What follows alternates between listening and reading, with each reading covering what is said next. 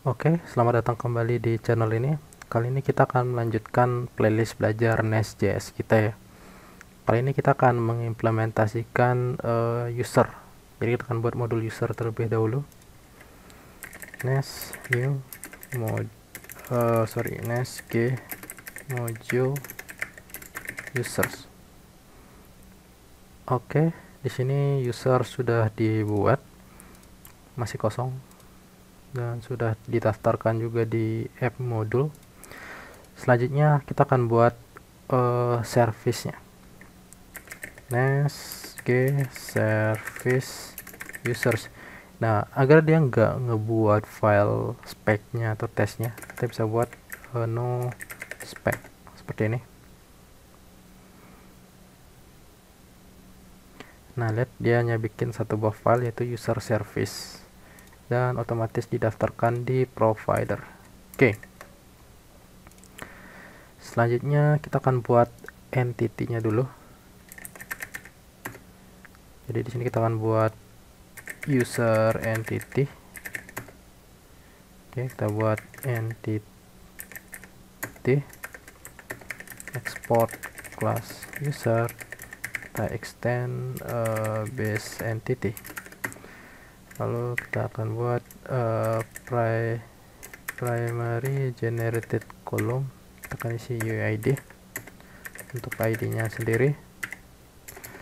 Lalu selanjutnya di sini ada kolom lagi.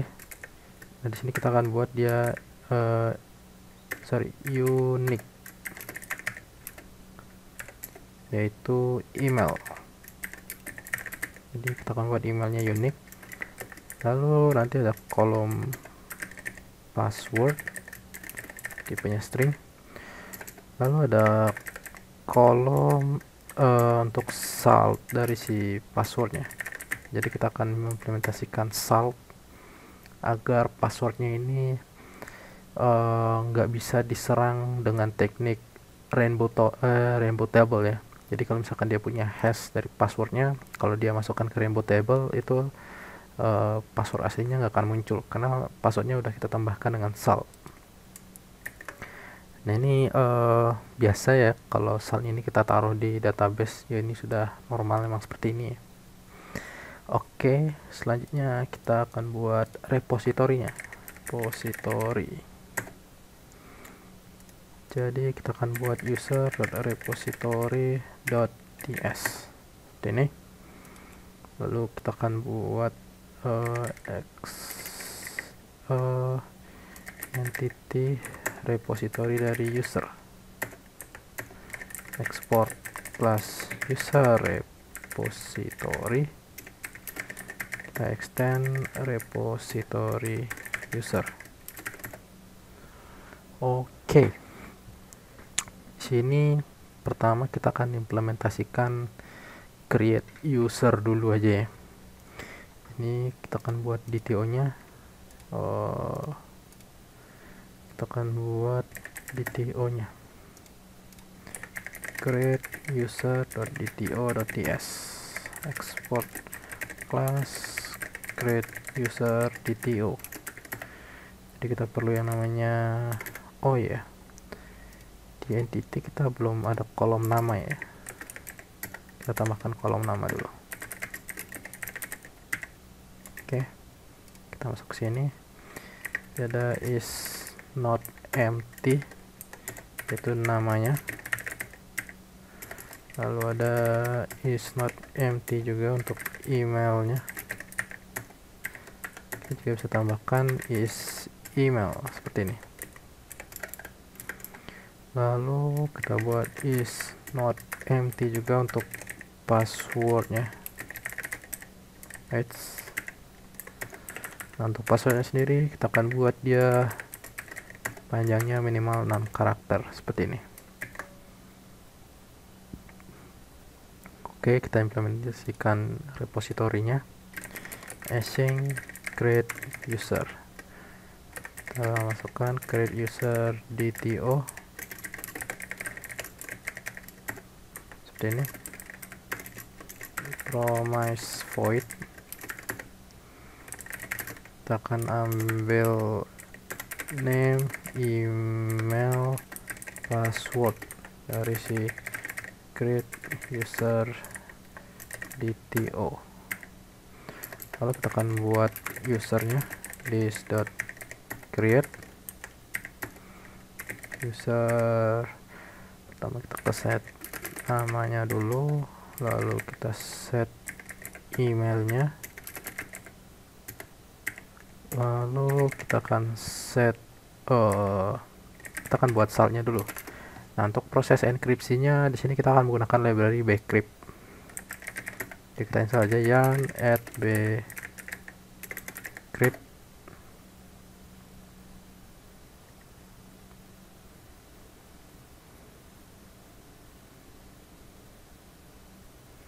Oke, kita bisa langsung import alas bcrypt from bcrypt seperti ini. Kita akan buat saltnya await bcrypt.gain salt. Dia akan buat saltnya. Lalu untuk passwordnya sendiri kita akan buat bcrypt.hash dari si passwordnya dengan salt dari si user. Oke, seperti ini. Terakhir kita akan try catch untuk user.save. Kita akan save usernya, lalu kita akan tangkap kalau misalkan ada error. Kita akan console log dulu errornya apa. Oke, seperti ini. User repository sudah. Kita buat user service. Jangan lupa kita daftarkan tab ORM module for feature. Kita masukkan user repository. Oke, ini kan kepanjangan kayaknya. Oh sorry, harusnya ini adanya di import. Oke, sip. Jadi akan import ini ya. Lalu selanjutnya user service, kita akan inject constructor private read only user repository. Nah, jangan lupa ditambahkan inject repository dari si user repository. Oke, seperti ini. Kalau kita implementasikan create user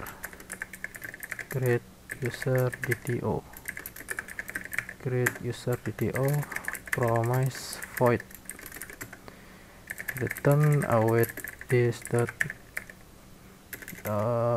user repository create user, kita masukkan create user DTO seperti ini. Oke, sudah. Terakhir kita akan buat controllernya, nest controller users. Nah, sebenarnya di sini controllernya kita cuma pakai buat ngecek aja ya. Nah, ini speknya hapus dulu. Jadi controllernya saya hanya pakai untuk ngecek saja. Constructor private read only user service, lalu post hashing create user, ini bodinya payloadnya create user DTO promise void. Kita tinggal return this dot user service create user dari payload. Oke, kita tes ya. Yarn start dev.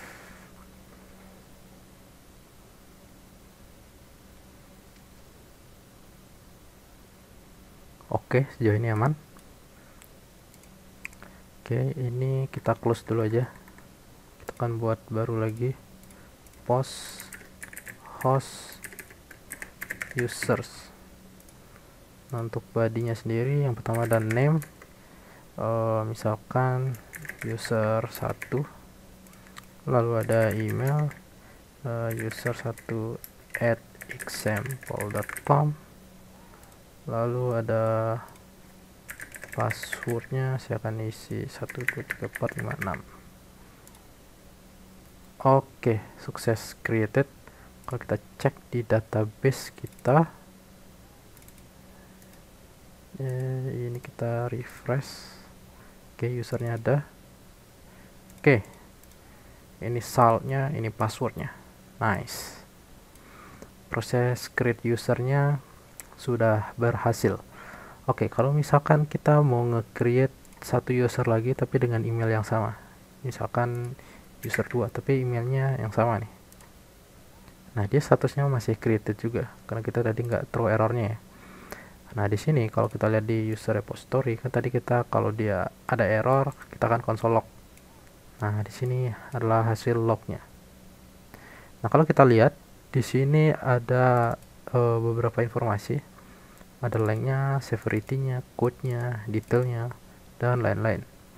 Nah di sini kalau kita lihat ternyata code-nya untuk yang data yang already exist itu ini kodenya, itu 23505 dan bentuknya string. Jadi dari sini kita bisa copy, lalu kita cek if a.code itu sama dengan ini, berarti kita bisa bilang emailnya udah kepake.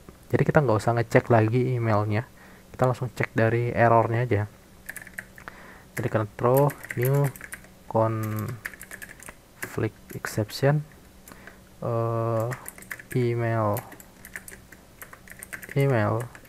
already use else. Nah kalau selain ini baru kita throw internal server error exception dari CA nya. Oke, aman. Kalau kita create lagi, nah muncul nih email ini udah kepake. Nice, errornya juga udah muncul, conflict. Sip. Selanjutnya kita akan mengimplementasikan JWT.